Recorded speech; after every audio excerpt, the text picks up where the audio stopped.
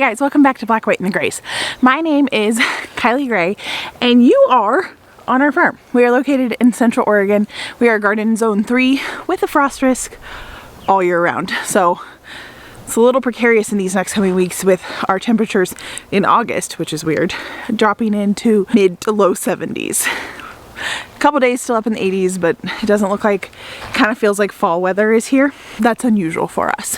But I have had a lot of new faces around here, so I wanted to kind of just introduce myself to you. But let's head in the garden first. This is actually one of 2 gardens. We have, well, if you consider our high tunnel another garden, it's one of 3. This garden is a 14,000 square foot market garden.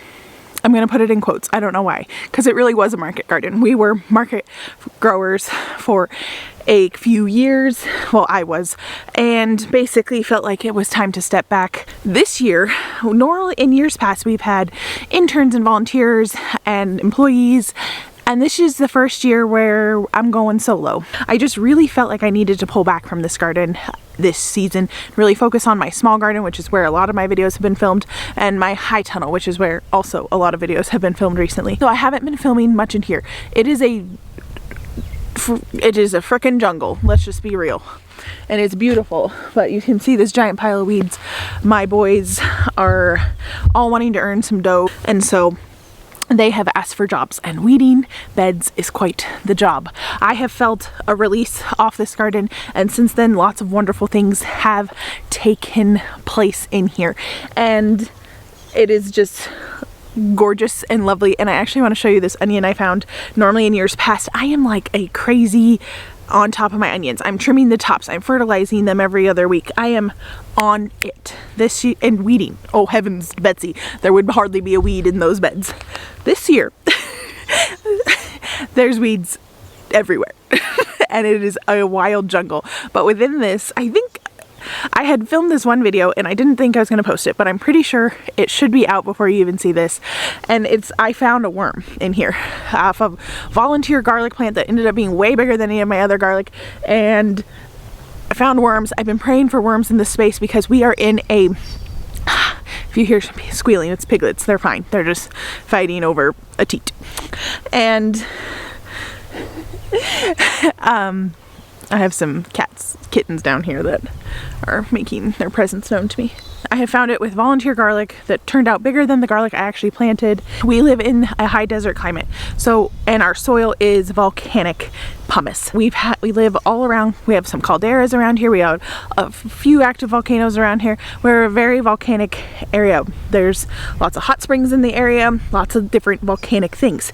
So with that, the first 4 feet of our soil is pumice, which means it's super easy to dig. If you find a rock, it's rare where we are in Lapine.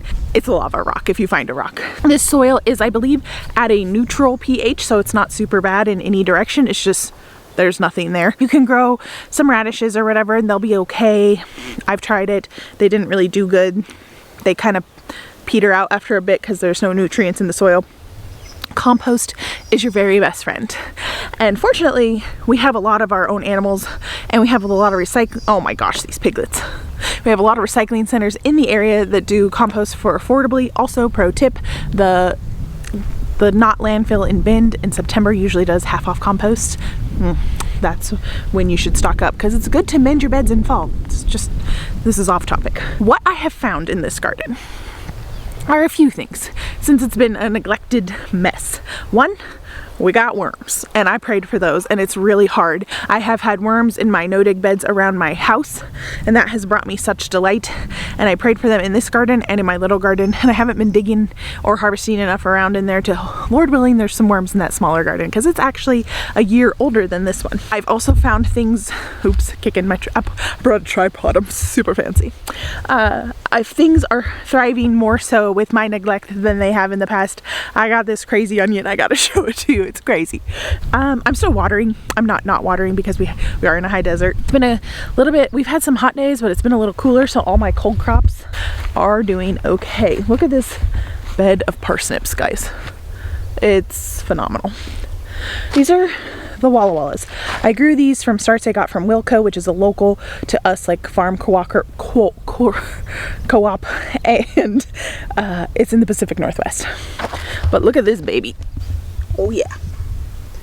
I have 1,000,001 videos on what to do, on how to get bigger onions, how to grow them from seed, which I do agree with growing them from seed. But those little set bulb things, don't do that. If you watch those videos, it'll tell you why. And I'll tell you how I get my big onions, which is 100% true in the past. But what I want you to know is that I have done nothing except for water and plant these onions. And this is the largest onion I think I've ever seen. So I was like, oh, these weeds, they're choking out this onion. And this one, it's a little small. That's okay though. But then look at that guy. That is my hand. This is the onion.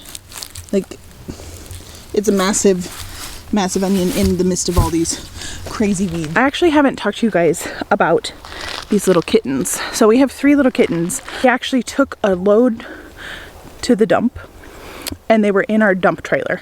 These tiny baby kittens, barely born. And so I bottle fed them when they were tiny. And during that time, we had Ping Pong, our cat was missing. So we were like, I'll raise these and we'll just keep them. And it was funny because 2 of the kittens are like identical twins looking, and I have identical twins, and one actually looks like baby Ping Pong. So now we have 4 cats because we found Ping Pong, and now we have these babies, and their names are Django, Fett, where are you? Oh my gosh, Ping Pong's out here. All 3 kittens are out here. Well, one's trying to get in. We have Django Fett, Boba Fett, and Mando, Mandalorian. And Mando looks exactly like Ping Pong. And Boba looks exactly like Django, who you just met. So now I am the crazy cat lady, which is fine. We live on a farm. And these 3 are teeny. And there are my boys. And plus these kittens are cuddly, and Ping Pong is not. Don't touch that cat. I put a collar on him because since he disappeared, he had a collar on it, but it didn't have our phone number on. And we would have had him back way sooner if it did. And you would have thought I was the worst cat person in the world by just putting a collar on him. So we've lived at our property for 8 years. A lot of work has been done building the gardens, but as well as like fixing up the house itself. So Boba can't get in. He's just having a hard time. He's the chubbier of the 3 kittens, and he can't fit through the fence like the other 2 kittens. Oh, probs. So here's Mando. Yes, you love mama. He does look like a baby pig. He's like, put me down. I'm playing. We've lived here in Central Oregon for 8 years. I've been married to my husband. We are college sweethearts for 11 years. There's a rumor going around town, which seriously cracks us up. But I've heard it from like 3 or 4 different people at this point, thinking that I had a previous marriage, and I hear some thunder, and I had my boys with that relationship. But in reality, I've only been married once to my college sweetheart. We started dating when I was 19, got married when I was 22. We adopted all 3 of our boys out of the foster care system here in Oregon about 7 years ago. So this is our 7th summer. 6 years, 7th summer. Hi. And here's Boba. Doesn't he just look exactly like his other brother? You found us. This one is my favorite. Don't tell the others. He just loves me. I like a cat that's not too needy, but also independent. Boba can fluctuate to pretty needy, but he still loves me. Django has a personality like Ping Pong. Mando really loves me too. I have 2 little kittens that really do love me, and the other 2. That is how we became a family. Yeah, I'm an Oregonian. I'm like such an Oregonian. My family came over on the Oregon Trail before it was a trail and paved the way for a lot of other families. Oh, there goes Ping Pong. I grew up all over the place. My dad worked in the pharma business, and We moved a lot with that. People always say, were you an army brat? No, just pharma. I am going to harvest these sunflowers. I want to show you some pretty ones. My peach sunflowers are blooming, and that was a new one for me. I ordered it last year, they didn't germinate, but this year they did. So this is a pro cut. These are all pro cuts. And I planted about 10 varieties. I used to sell bouquets, and I thought I might branch out and do it this year, but I decided, well, one, my friend came and was like, I'd like to buy a bunch of bouquets from you for people that I just want to get back to. And I was like, okay. And so I have enough for her. I have enough, and I just have really been enjoying having this pro cuts cutting for myself. And it's been really lovely. And I've got to, my cousin's little girl turned 13, and I got to give her a fresh cut bouquet for part of her birthday present. And that was really joyful. So this variety, so Pro Cut is they don't lose like any pollen. So like a normal sunflower has a lot of pollen that falls out onto your table or wherever you have it as it's sitting in your vase. Pro Cuts are a pollenless flower, so they don't have that. They're also short, as you can tell, so they're able to mature faster. So this is like a 55, 65 day variety. I'm getting attacked by kittens under here. They just think these sunflowers are like jungle. And so they're quicker to mature as well, which is great for a flower gardener. We do get frost in the summer, but sunflowers can handle the frost here.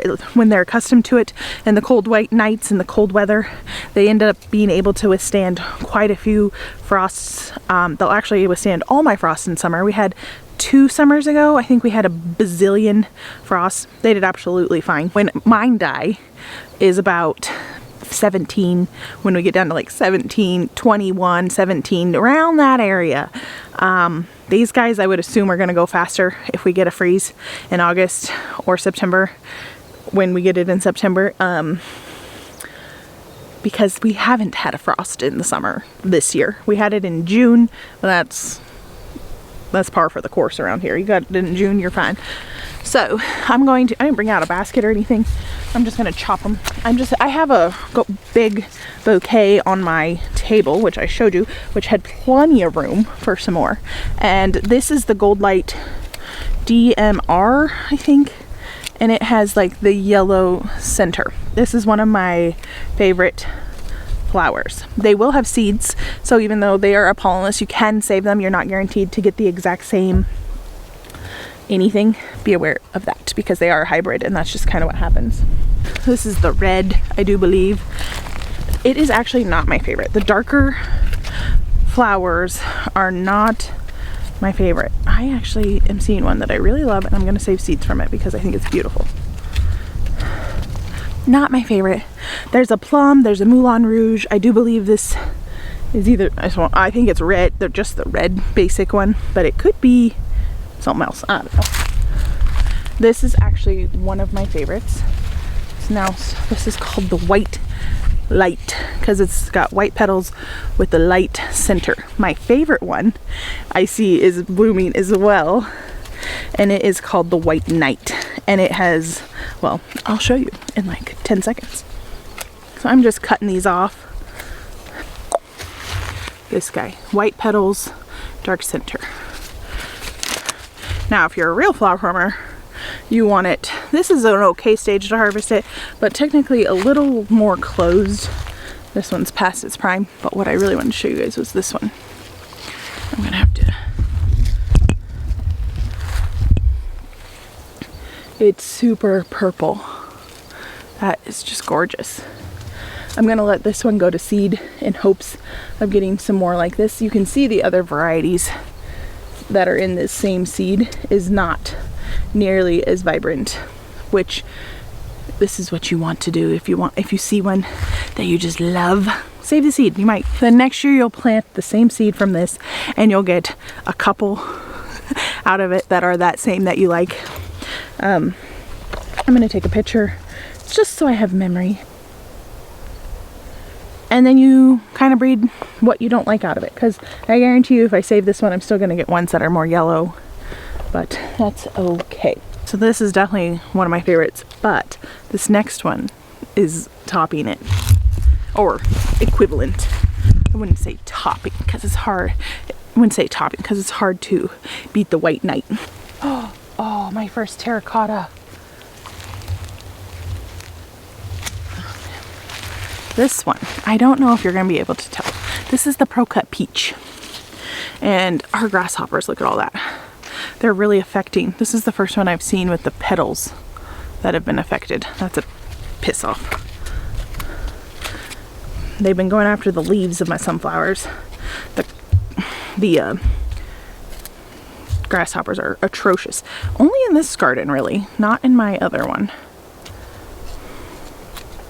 But this is the peach, and I don't think you can tell the more yellow color until you see it next to, because I think by itself it just looks like a regular sunflower. Here's the Gold Light DMR, and here's the peach.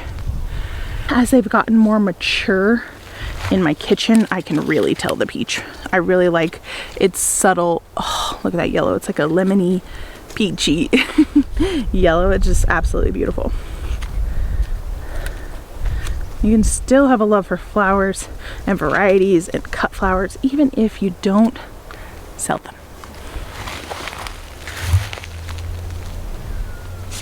I'm actually gonna harvest this terracotta one. This is also a new variety for me, and I wonder how it's gonna change.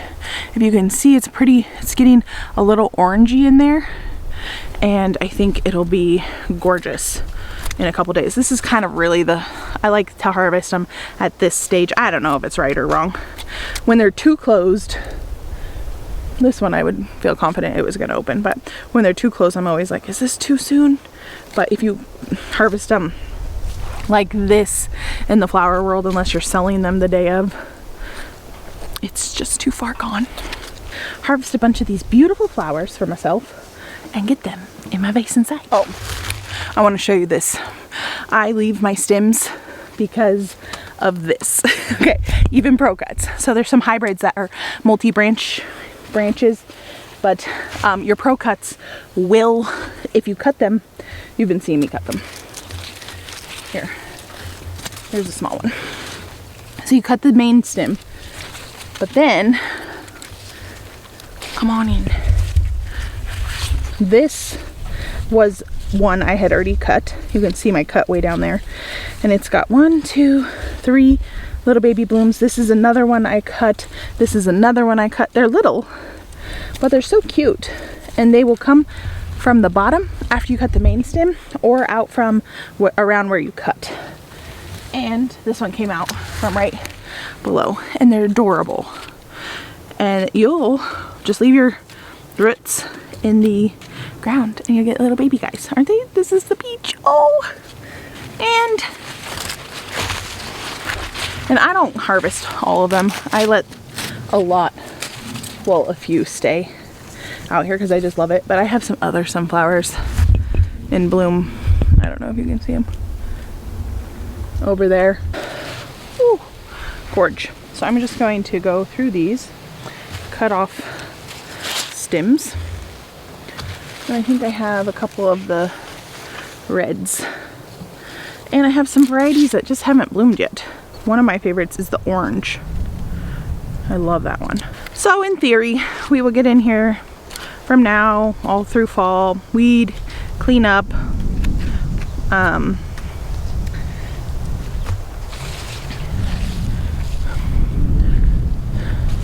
really just sort out the harvest. Because the beds and the pathways are kind of wild, I'll probably, what we don't weed, I wouldn't be opposed to letting some livestock in here and taking care of a lot of the higher grasses.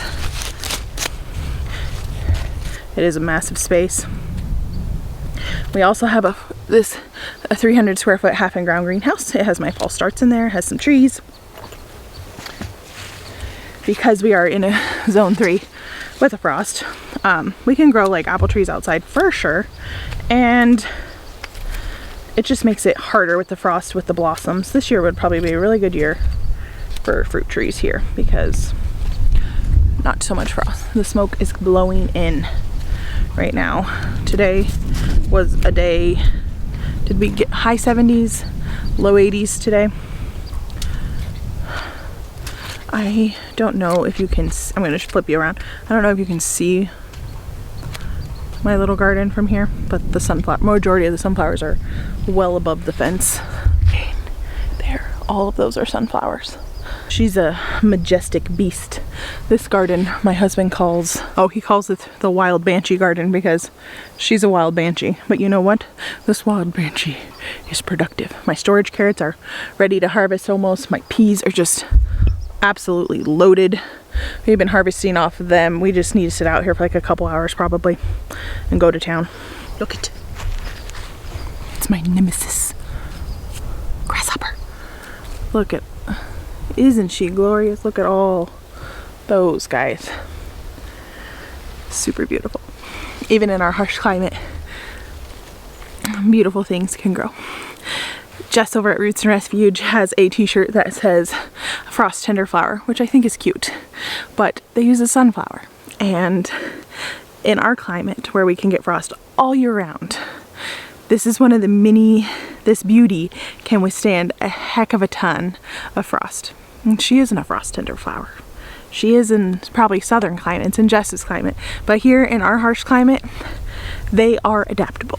And they are gorgeous, and they bring me such delight, and they're tough.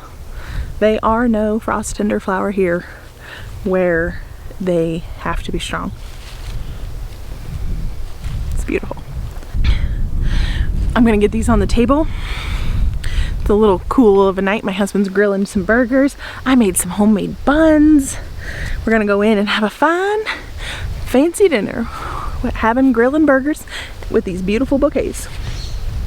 Thank you guys for coming out and spending this sort of smoky evening with me. It's a little, I don't smell it, but I see it. That's one thing coming. This is a sentence I never thought I would say. But tomorrow and the next day, and maybe the next, we have hurricane rain coming in. I understand this is a very unusual time.